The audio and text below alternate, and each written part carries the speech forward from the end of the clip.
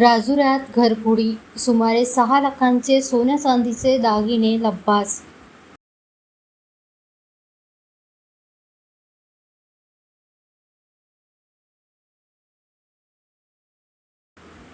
शहरातील शिवाजीनगर वार्ड क्रमांक 9 मधील पाण्याच्या टाकीजवळ अज्ञात चोरट्यांनी घरफोडी करून सुमारे 6 लाख रुपये किमतीचे सोन्या चांदीचे दागिने लंपास केल्याची घटना उघडकीस आली आहे.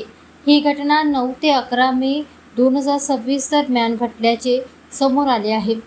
मिळालेल्या माहितीनुसार घरमालक मुसा शेख यांच्या घराचे कुलूप तोडून चोरट्यांनी घरात प्रवेश केला.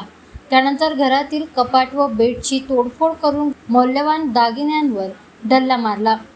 चोरीस गेलेल्या दागिन्यांमध्ये अंदाजे 3.5 तोळे सोने व 20 तोळे चांदी तसेच इतर मौल्यवान वस्तूंचा समावेश असून एकूण किंमत सुमारे 6 लाख रुपये असल्याचे सांगण्यात आले.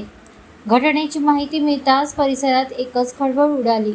घटनेची माहिती पोलिसांना देण्यात आल्यानंतर पोलिसांनी तात्काळ घटनास्थळी भेट देऊन पंचनामा केला. तसेच अज्ञात चोरट्याविरोधात गुन्हा दाखल करून तपासाला सुरुवात करण्यात आली.